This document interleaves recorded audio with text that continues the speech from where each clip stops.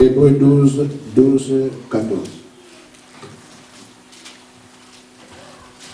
Fortifiez donc vos mains languissantes et vos genoux affaiblis, et suivez avec vos pieds les voies droites, afin que celui qui est boiteux ne dévie pas, mais plutôt qu'il se raffermisse. Amen. Recherchez la paix avec tous et la sanctification sans laquelle personne ne verra Dieu. Exode au chapitre 19. Du verset 10 au verset 11. L'Éternel dit à Moïse, va vers le peuple, sanctifie-les aujourd'hui. Et demain qu'ils lavent leurs vêtements, qu'ils soient prêts pour le 3e jour, car le 3e jour, je descendrai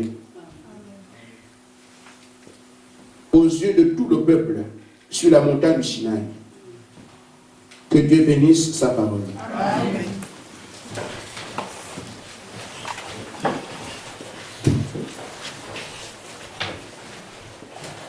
Amen. Amen.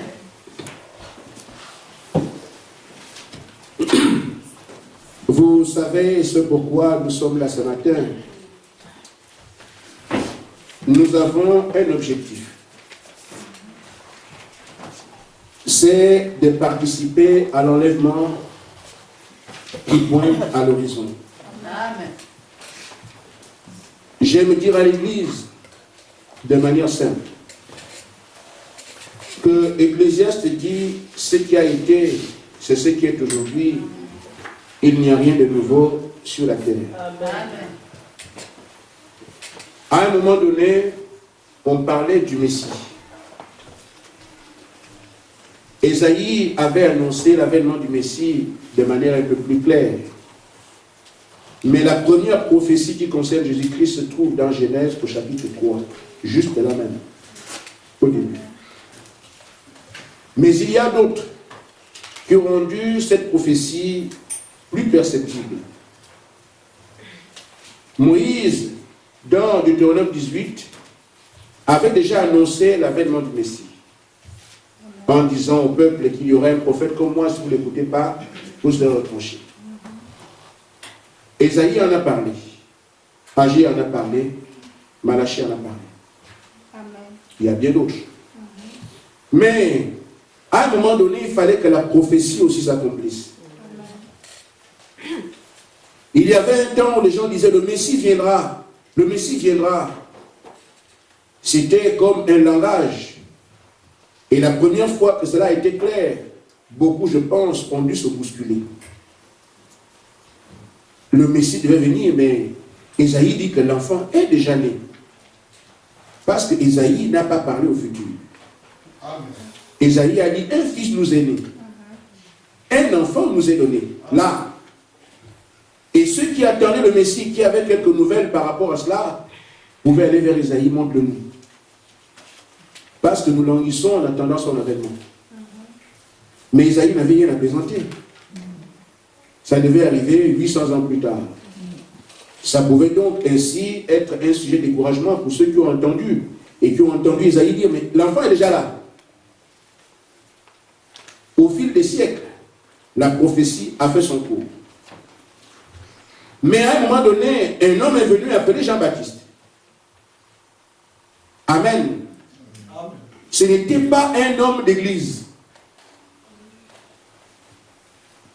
Parce que beaucoup aujourd'hui veulent servir Dieu en comptant sur le fait que j'appartiens à telle église, je suis membre d'eux. Mais c'est justement le domaine dans lequel Dieu ne met jamais ses pieds. Frère Madame a prêché un message intitulé Paradoxe. Dieu est parfois aux yeux de l'homme quelqu'un de paradoxal. Et celui qui cherchera à comprendre Dieu perd son temps. Amen. Nous avons absolument besoin de nous abandonner au Seigneur. C'est ça la seule et unique voie par laquelle nous pouvons le voir. L'humilité et l'abandon. Accepter de se jeter dans le vide. Sans comprendre, sans savoir où est-ce que je vais. Voici un homme qui est capable de voir le surnaturel. Amen.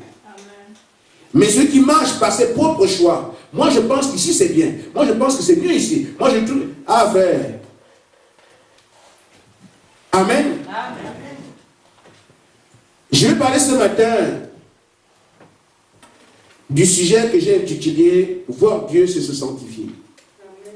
Mais comme nous avons un temps à passer dessus, je préfère tourner d'abord autour du pot afin de me rendre clair. Amen. Amen. Mais Jésus n'était pas la première liberté promise à Israël. Israël, captif en Égypte, on leur dit, vous serez un libérateur. Mais frère, Dieu est allé prendre quelqu'un qui était durant des oppresseurs. Qui en Israël, avec son calcul, avec son raisonnement, avec ses capacités, aurait pu imaginer un jour que c'est un pharaon qui est le libérateur. Amen. Personne ne peut le savoir. Et même en Israël, très peu de personnes étaient au courant de ce que Moïse était l'hébreu. Dieu sait faire ces choses en silence. Amen. Amram, le père, Jochebed, la mère, la sœur Myriam. Et même si ces gens-là disaient aux autres que non, le libérateur c'est elle. Ah non, vous quoi, rien d'Égyptien. Et pourtant, c'est du côté de l'oppresseur qu'est venu le libérateur. Aucun calcul hébreu ne pouvait arriver à réaliser ça. Quand Jean-Baptiste arrive, il y avait des grands hommes. Un homme comme Caïphe. Le grand Sanhédrin était là. C'était eux qui étaient les dépositaires de la chose de Dieu, comme on dit dans le pays. Ils sont lévites depuis l'enfance. Ils maîtrisent les Écritures depuis le berceau. Il meurt avec sa Bible en main. Il ne fait pas autre chose. Il ne travaille pas. Il ne va jamais au champ. Chaque matin, le Lévite prend sa parole, il va au temple. Depuis le berceau jusqu'à sa mort. Et vous allez me dire que ces hommes-là n'étaient pas des hommes de Dieu? D'après notre appréciation. S'il y avait des Lévites aujourd'hui, tout le monde courait là-bas. Parce qu'ils ont été désignés par Dieu pour porter la parole en Israël. Il ne va pas au champ, il ne travaille pas, il ne fait rien d'autre. Il mange, il va à l'église. Il mange, il va au temple. Il mange, il va au... C'est tout ce qu'il fait, toute sa vie, jusqu'à la fin. Amen. Amen. Mais figurez-vous, quand Dieu vient pour annoncer que le Messie que j'ai promis est déjà parmi vous, il va prendre un enfant dans la brousse. Ceux qui avaient leur calcul sont restés au temple. Et ils sont encore dedans jusqu'à ce matin. Parce qu'ils ne croient toujours pas que Jésus-Christ est le Messie. Quel dommage. Et quand le Messie arrive, Amen, on attendait effectivement que comme c'est le fils du roi, le roi des rois, le Seigneur des seigneurs, ah, le Messie est arrivé, il est né, un roi est né. Naturellement, beaucoup sont allés dans les hôpitaux, aller chercher là où il y avait... vous avez vu la femme de la reine, le roi d'Angleterre, je ne sais pas qui ça, Kate, qui a accouché. En tout cas, ce ne serait pas Nancy qui serait venue accoucher. Amen. Ce n'est pas au quartier. Les gens sont allés directement et personne n'a discuté. Là où elle a accouché, c'était normal que ce soit là, parce que c'est la femme du roi. Amen. On a calculé l'avènement de Jésus-Christ. Et pour avoir entendu que le Fils est né, c'était soirée dans les grands temples, dans les grandes bâtisses. Mais Dieu met ça dans la bergerie. Amen. Paradoxe. Ainsi, frère, dans le monde d'aujourd'hui, nous avons des grands hommes de Dieu, des grandes religions connues. Mais l'Ecclésiaste est toujours là. Et Dieu ne change pas sa manière de faire. Il ne s'est jamais intéressé à quelque chose qui brille. À ce qui est reconnu par l'homme, il a toujours un plan secret qu'il révèle à ceux qui veulent comprendre. Amen. Amen. Je peux vous citer des cas et des cas et des cas qui peuvent nous permettre de comprendre que le grand monde religieux n'a jamais connu Dieu, le connaîtra jamais. Amen. Amen. Même les croyants ont été surpris. Les apôtres eux-mêmes ont été surpris par le Dieu paradoxal.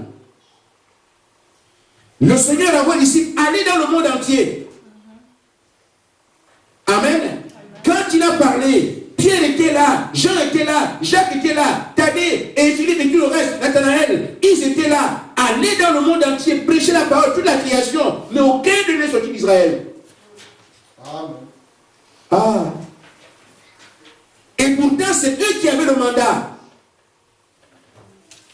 Mais quand le Seigneur parle aux apôtres d'aller dans le monde entier, d'aller prêcher la parole à toute la création, amen, ils voyaient déjà Paul qui n'était pas là. Amen. Paul n'était pas avec eux. Mais qui va chez les Corinthiens, c'est Paul. Qui va chez les Romains, c'est Paul. Qui va chez les Éphésiens, c'est Paul. Mais quand il parlait à ceux qui étaient là, Paul n'était pas là. Ils étaient convaincus que le Seigneur nous a dit d'aller partout. Alors nous irons. Mais aucun d'eux n'est sorti. C'est quelqu'un qui n'était même pas là qui est parti. Oh Seigneur, qui es-tu? Amen. Qui va le comprendre? C'est pour ça que quand on avance avec notre raisonnement, notre compréhension humaine, frère, nous sommes sûrs que nous avons raté le coach. Une vie d'abandon, une vie d'humilité et une vie de sanctification. Je parle de ces choses parce que ce matin, nous pouvons être surpris. Parce que Dieu nous surprendra toujours. Amen. Aujourd'hui, nous avons un message qui prépare la terre entière à la seconde venue du Seigneur Jésus-Christ. Ce qui est dommage, c'est que malheureusement, il y a des confusions. Il y a un monsieur qui m'a envoyé un SMS. Et dans ce SMS, il me dit, comme l'éclair part d'Orient, se monte jusqu'en Occident, tel sera l'avènement du Fils de l'homme. Même ceux qui ont l'œil percé vont le voir. En d'autres termes, le message que je prêche pour préparer l'époux, ce n'est pas la peine parce qu'il viendra comme le soleil. Quand le soleil brille, tout le monde voit le soleil. Oh là là. Amen. Il y a ici une confusion lamentable. L'avènement du Fils de l'homme n'a rien à voir avec l'avènement du Seigneur qui vient chercher l'épouse. Même s'il est vrai qu'il y a un lien, parce que la parole est toujours une parole coordonnée par Dieu. Mais ce n'est pas quand le Fils de l'homme se manifeste qu'il vient prendre l'épouse. Le Fils de l'homme, ce ministère, rassemble les élus. Maintenant, une fois qu'ils sont prêts, le Seigneur vient prendre ceux qu'il a rassemblés lui-même. Et nous sommes là en plein rassemblement. J'aurais pu lui dire, frère, tu aurais pu aller un peu plus loin. Parce qu'en lisant Matthieu 24, 27, l'éclair par l'Orient se monte jusqu'en Occident. Mais en bas, il y a aussi le 28, qui dit là où le corps mort, amen, là s'assemblent les aigles. Le corps, c'est quoi? C'est ce que les aigles viennent manger. Mais Jésus a dit, l'homme ne vient pas de pain seulement de toute la parole. Amen. Là où la parole est déposée, les aigles viennent manger. Qui sont ces aigles? Les enfants de Dieu. Amen. Et il dit, le corps sera là. Et les aigles se rassemblent autour. Amen. Mais frère, tu aurais pu continuer. Tu verras qu'il y a un temps de rassemblement. Et je concours. Nous sommes là maintenant. Amen. Amen. Maintenant, frère, si le message nous est arrivé, le message n'est pas sur la terre pour faire une église ou une religion. Amen. Nous sommes là pour tailler les pierres, préparer les hommes et les femmes qui sont à mesure de qui peuvent croire. Amen. Amen. Amen. Ceux qui ont été connus avant la fondation du monde. C'est pour ça que quand quelqu'un vient à l'église, je suis content. Quand quelqu'un sort de l'église, je suis content. Pourquoi? C'est celui qui appelle qui fait aussi le tri. Amen. Admettons que nous fassions un effort pour garder les gens. Amen. Amen. Nul ne peut venir à moi si le Père l'a attiré, premièrement. Et même si tu envoies des grues qui attirent les gens, il se peut que tu ailles chercher des problèmes dans le monde et les amener à l'église. Amen. Amen. Nous prêchons la parole de manière libre. Amen. Sans regarder ce que l'homme pensera. Mais nous sommes au bureau ici parce qu'il y a un DG. Je fais ce que lui veut. Mais le reste s'en occupe. Amen. Ainsi, frère, l'épouse doit paraître sans tache ni ride, ni rien de semblable. Que nous le voulions ou pas, c'est prévu. Ça va arriver. Maintenant, le message que nous avons nous amène à comprendre que quand cette épouse viendra, tu es concerné. Suis seulement ce que la parole dit. Parce que le temps des jeux est terminé. Le temps de religion est terminé. Toutes les prophéties bibliques liées à l'avènement du Messie sont accomplies. Et si nous sommes au courant, ce n'est pas pour que nous puissions dire, je suis seulement informé, une connaissance intellectuelle. Nous sommes au courant pour que nous puissions être prêts. Amen. Amen. Je vais commencer ma prédication. Amen. Lisons le livre des Hébreux que nous avons lu tout à l'heure. Hébreux 12. Amen.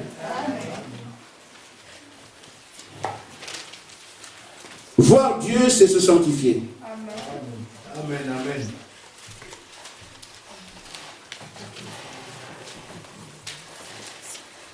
Amen. Fortifiez vos mains languissantes. Mais nous savons à la lumière du message qu'il y a des types, il y a aussi des symboles. Et le prophète nous a enseigné un certain nombre de choses qui nous rendent la parole claire. Voyez-vous, frère, l'apôtre Paul dit les mains languissantes. En d'autres termes, les mains qui ne travaillent plus. Mais dans la parole, qu'est-ce qu'une main? Frère Branham dit que dans la marque La Bête, il dit les œuvres, quand vous voyez 666 marquées à la main, il dit ce sont les œuvres que les gens l'avons fait en croyant la fausse doctrine. Amen. Amen. Amen. La main est un type des œuvres. Amen. Amen. Donc, les œuvres que nous accomplissons pour le Seigneur, allons témoigner, allons évangéliser, allons faire ceci, allons faire cela pour la parole. Amen. Amen. Paul dit aux siens, fortifiez vos mains languissantes. À nos termes, continuez à faire le travail de Dieu dans l'Église. Amen. Amen. On rend visite aux frères. C'est bien. Amen. Vous me suivez? Amen. On prie, c'est bien. On témoigne, c'est bien. On lit la parole, c'est bien. Mais Frère Branham dit que les mains sont les œuvres. Amen. L'apôtre Paul dit encore, vos genoux affaiblis. Les genoux ont toujours identifié la prière. Amen. Amen. Donc voyez-vous, il encourage l'Église à être forte dans tout ce qu'on peut faire à l'Église en tant que croyant. Il les exhorte également à des hommes et des femmes de prière. Et ça, c'est très bien. Ce sont les premiers, amen, qui nous ont précédés et qui ont la dimension que nous cherchons aujourd'hui. C'est les chrétiens d'Éphèse. Amen. Éphèse en termes d'âge. Il dit, suivez avec vos pieds les voies droites, afin que ce qui est boiteux ne dévie pas, mais plutôt se raffermisse. Amen. Amen. Quand on suit avec les pieds les voies droites, David dit, ta parole, amen, est une lampe à mes pieds. Amen. Et voyez-vous, tu suis avec les pieds la voie droite. Amen. La voie droite, c'est la voie du Seigneur. Amen. Et nous voyons donc, il engage son Église, les Hébreux, à suivre la parole. Amen. Amen. Amen. Et ça, c'est quelque chose de très bien. Vous voyez que Paul est en train de poser des pierres pour la marche de son Église, ce que l'Église doit avoir. Amen. Amen. Il dit, recherchez la paix avec tout le monde et la sanctification sans laquelle personne ne verra Dieu. Amen. Je voudrais que nous puissions voir que Paul, après avoir exhorté les siens, il dit, œuvrez dans l'Église. Amen. Amen. Travaillez dans l'Église, exhortez, priez, faites tout ce qu'on doit faire en tant que croyants. Amen. Les gens qui parlent à l'Église, qui sont à l'Église à l'heure, faites toutes ces choses-là, c'est important pour l'œuvre. Amen.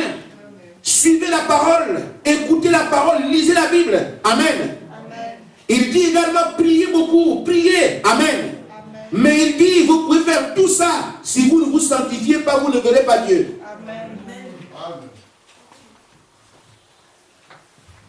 Amen.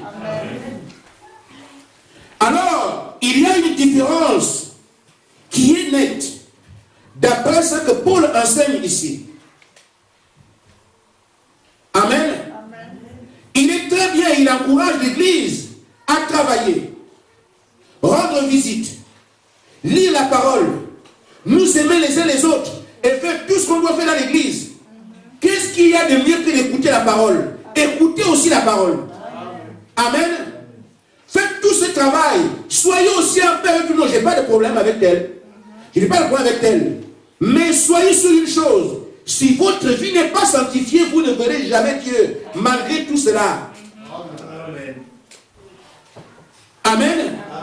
Or, nous sommes aujourd'hui en train de faire un travail. Dieu dit qu'il se manifeste à vous. Nous sommes en train d'avancer sur ce chemin-là, mais nous devons savoir que nous embrassons le carrefour capital. Il y aura des gens qui vont m'haïr. Mais soyez tranquilles, ça ne me préoccupe pas. Il y a des gens qui ne me comprendront pas. Mais je ne cherche pas à être compris. Amen. Je voudrais seulement que la parole du Maître soit prêchée. Et ce qui me rassure, c'est que frère, la Bible dit que vos noms sont écrits dans le livre de vie. Donc ce ne sont pas les gestes que moi je peux faire ici qui feront partie de l'église. Ce n'est pas ce que je dirais ici qui fera partie de l'église, c'est pas ça. C'est impossible. Vous êtes liés à lui par un serment que lui a fait, je n'ai rien à voir avec ça. Mais mon devoir c'est de dire ce qu'il a dit. Et je sais aussi que ça qui plaît aux élus. Amen. Si les églises sont tombées aussi bas aujourd'hui, c'est parce que les pasteurs protègent les membres et laissent la parole de côté. Ce n'est pas la commission que j'ai. Moi j'ai la commission de dire la parole rassemblant son peuple. Amen. Ainsi frère, je voudrais vous dire, il est impossible que nous puissions voir Dieu dans nos agapes sans la sanctification, à moins que la parole ne mente. Et c'est sur ce chemin que je voudrais que l'Église s'engage maintenant, sur la promesse glorieuse qui est devant nous. Je prendrai juste quelques exemples. Nous venons de voir dans Exode que Dieu dit, je viens parmi vous. Mais je ne peux pas descendre comme ça. Peuple, sanctifiez-vous d'abord. Amen. Et Moïse est allé voir le peuple. Le Seigneur doit nous visiter. Mais ce qu'il nous faut, c'est nous sanctifier. Amen. Il a indiqué à l'Église comment fallait-il se sanctifier. Et finalement, le grand Dieu est descendu sur la montagne. Sans la sanctification, frère, il est impossible de voir Dieu. Et moi, je pense qu'aujourd'hui, le message n'est pas venu pour faire une église. Frère Branham dit ceci. Dans les âges, page 372. Il dit, à aucun instant, je n'apporte aux gens un message pour les pousser à me suivre, ou à se rattacher à mon assemblée, ou à fonder un groupe ou une organisation. Je n'ai jamais fait cela. Et je ne le ferai pas maintenant. Je n'ai pas d'intérêt pour ces choses. J'ai en revanche un intérêt pour les choses de Dieu. Amen. Et pour les gens. Et je serai satisfait si je peux réaliser une seule chose. Et cette chose, c'est de voir s'établir une relation spirituelle véritable entre Dieu et les hommes, dans lesquels les hommes doivent être de nouvelles créatures en Christ. Amen. Remplis de son esprit et vivant toute sa parole. Amen. C'est ça les caractéristiques de l'épouse que Jésus-Christ vient chercher. Amen. Des gens qui ont une relation claire, intime avec Dieu. Amen. Qui sont remplis de cet esprit et qui vivent la parole. Amen. Amen. Il est une chose que d'entendre la parole est une autre chose de la vivre. Donc l'objectif que le prophète a, c'est pour que les gens puissent avoir une relation personnelle avec Dieu de manière claire. Il n'est plus temps aujourd'hui de dire je crois en Dieu, je crois en Dieu. Il est temps de ce que tu vives ce que tu dis. Le Seigneur est merveilleux dans les merveilles que je vis. Le Seigneur est puissant dans une puissance qui s'exprime devant moi et pour moi. Amen. Ainsi, frère, nous devons sortir de l'imaginaire du culte religieux, des rassemblements humains pour traiter avec Dieu. Ceux d'autrefois l'ont fait, nous sommes au rendez-vous maintenant. Et je sais que l'Église y arrivera. Amen. Remarquez donc, Israël a connu cela avec le messager qui leur a été destiné. Quand Jésus-Christ est venu, amen, il a parlé à un groupe de personnes. J'ai introduit seulement mon sujet, on a toute la semaine. Amen. Soyez seulement là. Vous me suivez? Soyez seulement là. Prenons le livre de Jean, au chapitre 17. Amen. Amen. À partir du verset 13. Jésus prie ici, il dit, et maintenant je vais à toi. Et j'ai dit ces choses dans le monde, afin qu'ils soient en eux, afin qu'ils aient en eux ma joie parfaite. Je leur ai donné ta parole, et le monde les a haïs, parce qu'ils ne sont pas du monde, comme moi je ne suis pas du monde. Ça commence à venir. Ce peuple-là pour lequel Jésus prie, ses apôtres, il dit, ils ne sont pas du monde, même s'ils sont dans le monde. Amen. Amen. Amen. Le monde a un rôle à jouer contre eux. La haine. Ne soyons donc pas étonnés de ce que ça se passe. C'est prévu. Amen. Amen. Amen. Nous étions hier, là où il y avait un deuil. Nous sommes assis. J'étais là, frère Yves, frère Saint-Cyr. Une dame est passée. Oh là là. Et cette dame est une, je ne sais pas, elle est star dans une église. Je la connais bien. Elle est rentrée chez elle, très gentille, hein. Et nous a bien reçus. Elle avait un collant jusqu'ici. Et tout ça, vous pouvez imaginer le scénario. Collant. Mais c'est une grande dame dans une église de la place. Ils ont décédé dans le monde. On les voit partout en train de chanter le Seigneur. Nous étions chez elle. Si au moins elle était mince, ce serait moins criard. Mais elle avait les formes. Au point que... Ah! Seigneur. Mais nous étions à peu près une vingtaine de personnes dans la maison. Nous étions seulement 3 à être dérangés, tout le monde était content. Et elle a commencé à embrasser les gens. Comme elle sait que moi je ne fais pas ces choses-là, elle est venue jusqu'à moi, elle m'a tendu la main. Elle dit, tu as bien compris. Elle demande aussi aux autres, et vous aussi vous faites... Frère il va dire, non, non, je ne suis pas dedans. Frère Saint-Cyr, non, non, moi non plus. Elle est retournée. Amen. Mais frère, on avait l'air d'être des extraterrestres. Mais ces gens-là veulent montrer quoi? Elle a embrassé tous les hommes qui sont ici arrivés à eux, ils disent qu'eux, ils ne sont pas dedans. Nous devons vivre la parole et hisser le drapeau du ciel partout. Amen. Amen. Amen. S'il y a des gens qui trouvent que le drapeau du Saint-Esprit est lourd, pour moi, il est léger. Amen. Je vais le hisser dans chaque maison où on me reçoit. Amen. Exigeant donc de sanctification. Amen. Pas de mal d'erreur. Comme c'est un parent, comme c'est un ami, non. La parole, d'abord, j'ai dit, si vous ne m'aimez pas, ce n'est pas grave. Je préviens seulement l'église aujourd'hui que ça va te dire après. Mais seulement, je sais que les filles de Dieu aiment la correction. Parce que l'amour de Dieu est correctif. Nous voulons le Saint-Esprit. Nous devons lui faire un signe. Coucou. Chérie, je t'aime. Amen. Quand l'époux doit descendre, il faut quand même que l'époux aille vers une femme qui est... Amen. Une femme te lance des cailloux, toi tu vas aller faire quoi là-bas? Et ma mère, je vais trouver une autre. Amen. J'ai dit, je prépare mon sujet. Je prêcherai dans la semaine. Mais je veux qu'on s'entende d'abord. On fait un accord. Parce que la Bible nous dit, soyons tous d'un commun accord. Nous sommes d'accord, non? Amen. Amen. Parce qu'un épée taille, ça ne regarde pas où tombe le coco. Et je ne dis pas que je vise quelqu'un. Je prêche la parole contre les démons.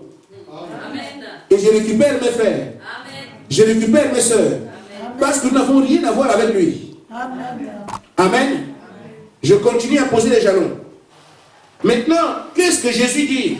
Il dit, je leur ai donné ta parole. Et le monde les a haïs.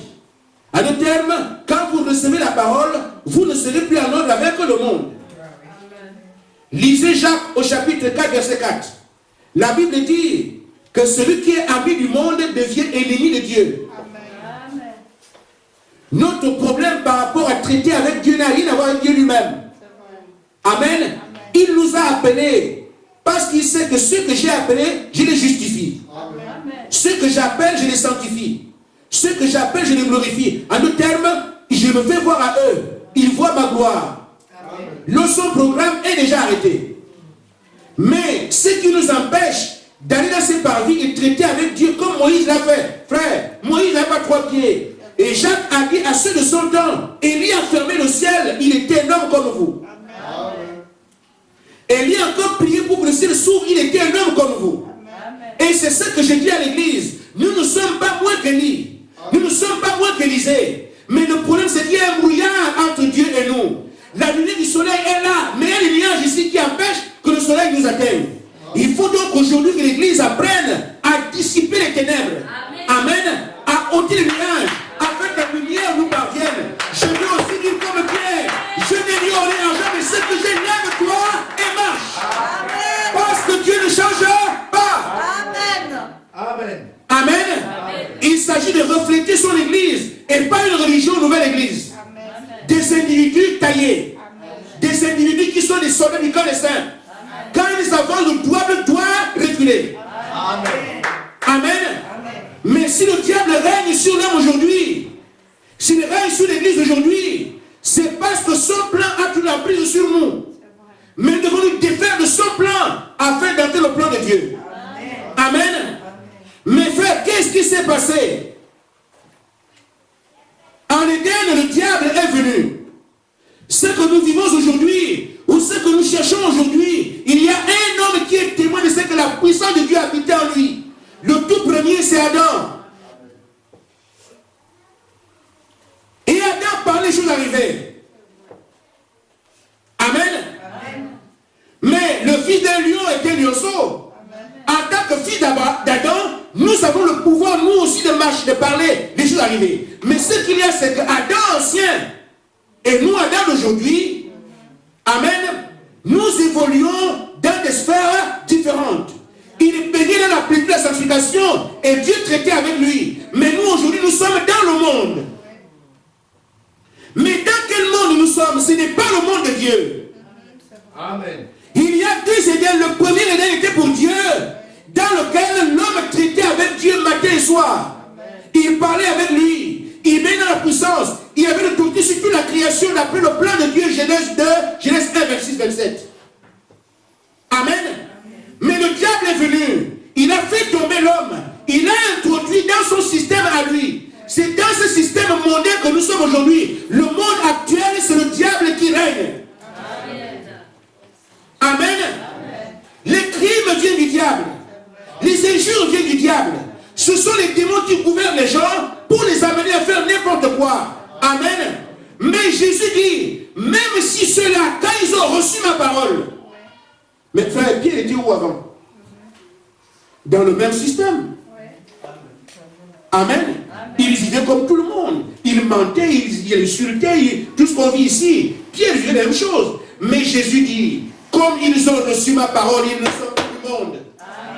Amen. Pourquoi au commencement était la parole? La parole était avec Adam. Adam n'était pas du monde. Mais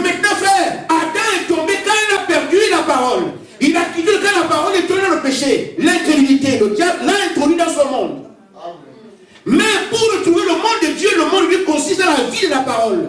Jésus dit donc, je leur ai donné ma parole et ils ne sont pas du monde. Parce qu'ils ont reçu la parole qu'ils ont perdue là-bas. Et pourtant, charnellement, ils vont aussi au temple. Amen. Eux aussi mangent. Amen. Ils ont aussi des femmes comme tout le monde les voit. Mais, comment peux-tu expliquer qu'ils ne sont pas du monde? Ils ont reçu la parole de leur temps. Ils ont reconnu le Messie. Ils ont écouté sa parole. Physiquement, ils sont du monde, ils sont sur la terre. Mais Dieu revendique que c'est ma propriété parce que ma parole habite en eux. Donc si on veut avoir la véritable église de Dieu, ce n'est pas une église de confession. Ce n'est pas une église où on met le nom sur la liste. Où on proclame être croyant sur le quartier. C'est une église où les hommes et les femmes vivent la parole. Ils deviennent la parole faite chair. C'est une exigence. Amen. Ils ne sont pas du monde. Et Jésus continue à dire, je ne prie pas pour que tu les ôtes du monde. C'est pas ça. Amen. Mais de les préserver du monde. Je vous dis, frère, tant que nous sommes sur la terre, nous ne passerons pas des épreuves. Le monde est là pour nous servir de, comment on appelle ça, des talons pour voir où est-ce que nous en sommes. Amen. Remarquez, frère, ce que Jésus fait ici, c'est exactement la même chose que Dieu a fait dans l'Éden. Qu'est-ce que je dis par là? Quand Dieu a dit que la lumière soit, amen, la terre était premièrement enténébrée.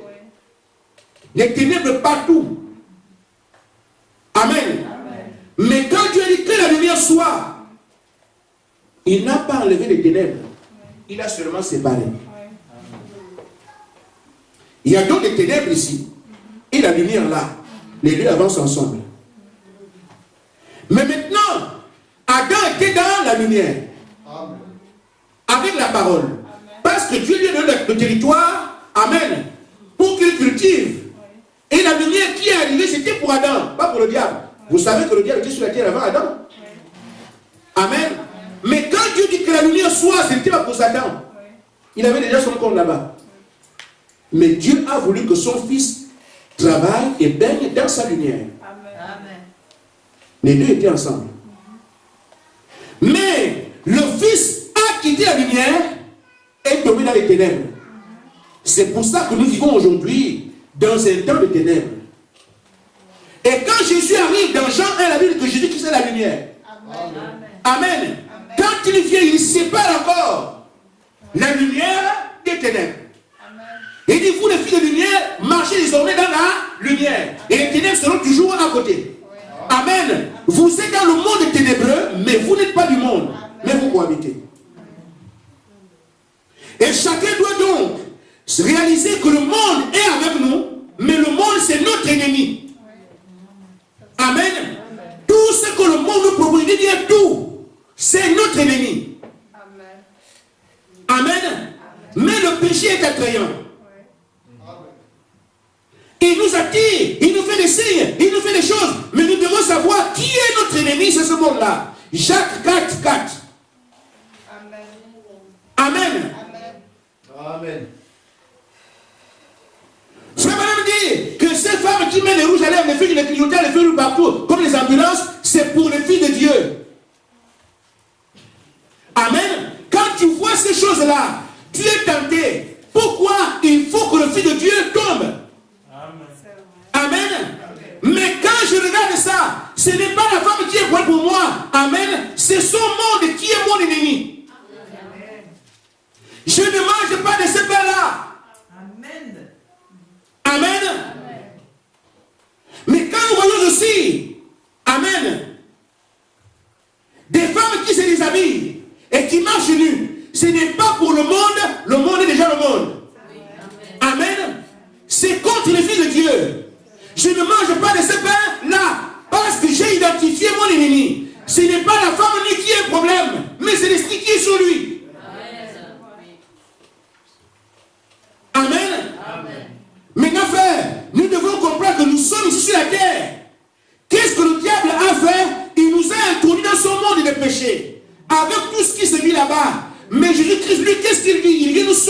monde afin que nous la parole. Amen. Tant que nous sommes liés au monde des ténèbres, il n'est pas possible que nous voyions Dieu. Mais si nous sortons de ce monde, alors nous rentrons les parvis de Dieu. Père, ils sont dans le monde, mais ils ne sont pas du monde. Parce qu'ils ont reçu ma parole. La parole à lumière a clarifié, a éclairé les apôtres. Quand cette dame venait, elle était toute fière. Elle ne savait pas qu'elle me mettait mal à l'aise. Pourquoi? Dans son monde, c'est comme ça qu'on vit. Mais elle fait des campagnes d'évangélisation. Amen. Elle chante, les gens achètent des CD. Et dans une église, elle prend la parole à la chair. Amen. Mais quelqu'un qui a reçu la lumière, comme le frère Yves, il c'est incroyable. Amen. Amen. Tu changes de camp. Nous tous aussi, quand on était dedans, on disait que c'est normal. C'est la mode. Pierre Cardin. Amen. Et qui encore? Calvin Klein. Je vous dis, frère, faites la liste des hommes de mode. Donnez leur nom comme ça. Allez voir qui ils sont. Les homosexuels. Amen. Amen. Si vous voyez, ce sont des hommes qui ont perdu leur...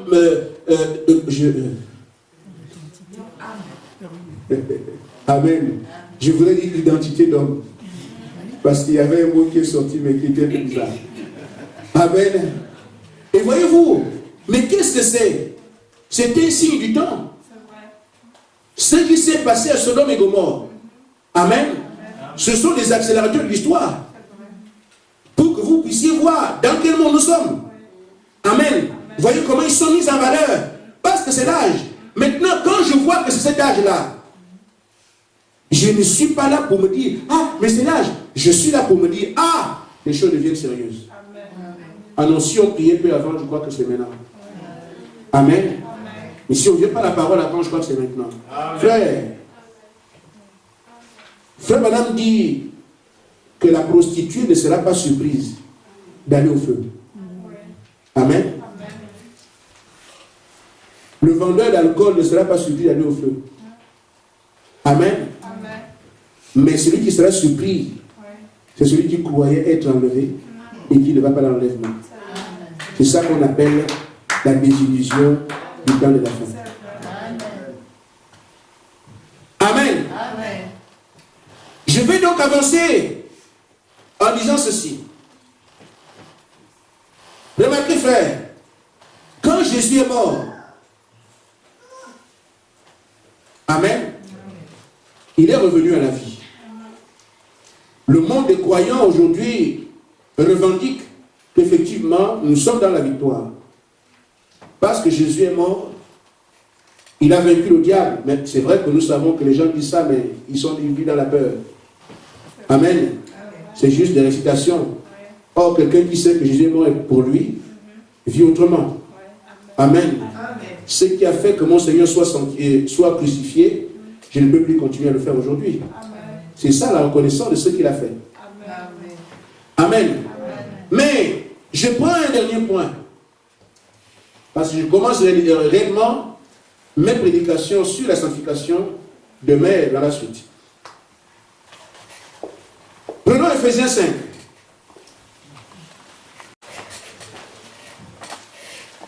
Amen. Ephésiens 5, 25 à 27. Marie, aimez vos femmes, comme Christ a aimé l'Église et s'est livré lui-même pour elle. Afin de la sanctifier par la parole, après l'avoir purifiée par le baptême d'eau. Afin de faire paraître devant lui cette Église glorieuse, sans tache ni ride, ni rien de semblable, mais sainte, irrépréhensible. Amen. Il est vrai que Jésus est mort. Mais l'apôtre Paul dit ici que quand Jésus est mort, amen, c'est parce qu'il devait sanctifier son Église. Amen. Il est d'abord purifié par le baptême d'eau. Mais une fois que l'Église est sanctifiée, elle doit paraître devant lui sans tache ni ride. Amen. Amen. Et dans notre projet qui est ici, de faire partie de cette église puissante, cette église glorieuse, qui ressemble à celle de la Pentecôte, il y a une exigence de sanctification. C'est pour ça que Jésus-Christ est mort. Parce qu'il meurt pour son épouse. Amen. Remarquez, frère, Jésus-Christ, qui est-il? Le second Adam. Amen. Ce qui s'est passé en Éden, Adam et Ève sont tombés. Amen. Mais maintenant, le premier Adam n'a pas tenu. Il est tombé dans sa chute avec sa femme. Mais le plan que Dieu a donné à Adam, c'était quoi? Tu gouvernes la terre. Genèse 1, 26 à 30. Tu gouvernes la terre, domine les poissons, fais ceci. Amen. Ce plan n'a pas été au bout. Ce plan n'a pas été exécuté. Ce plan n'a pas été appliqué. Pourquoi? Parce que Adam a échoué. Amen. Adam a échoué. Pourquoi? Le diable est rentré dans ses parvis. Il a trompé Ève. Et Adam a suivi sa chute. Au point que l'ancien programme est resté, personne ne l'a exécuté. Mais ce plan est là. Et il concerne Adam. Amen. C'est pour ça que Dieu envoie un deuxième Adam. Le deuxième Adam, c'est le Seigneur Jésus-Christ. Amen. Qu'est-ce qu'il fait? Lui, il vient sans péché. Il prend la victoire. Il ne peut pas échouer. Mais il lui reste une seule chose. Parce qu'il avait déjà été mis en Éden, il n'est pas bon que l'homme soit seul. Donc tout ce qu'Adam devait faire en Éden, c'était avec son épouse. Amen. Mais le célèbre Adam arrive, le second Adam arrive, le Seigneur Jésus-Christ. Quand il arrive, lui il est victorieux. Amen. Mais il se retrouve encore seul. Or, en Éden, c'était Adam et Ève. Mais qu'est-ce qu'il fait? Il dit, j'ai donné ma vie afin que mon épouse aussi sorte. Amen. Amen. Pour que l'épouse, cette fois-ci, cette église, sans tache ni ride, ni rien de semblable, une fois que cette épouse arrive, Adam, le second Adam, et son épouse, eux ne pourront plus jamais être vaincus. Amen. Et c'est ça qui permettra que l'ancien plan de Dieu, qu'Adam et Ève dominent la terre, se multiplient, puisse s'appliquer. Amen. Une épouse doit obligatoirement sortir. Amen. Et cette épouse sera effectivement sans tache ni rien de semblable. Amen. Mais pour qu'on arrive à cette épouse-là, elle doit d'abord se sanctifier. Amen. Que Dieu vous bénisse. Amen.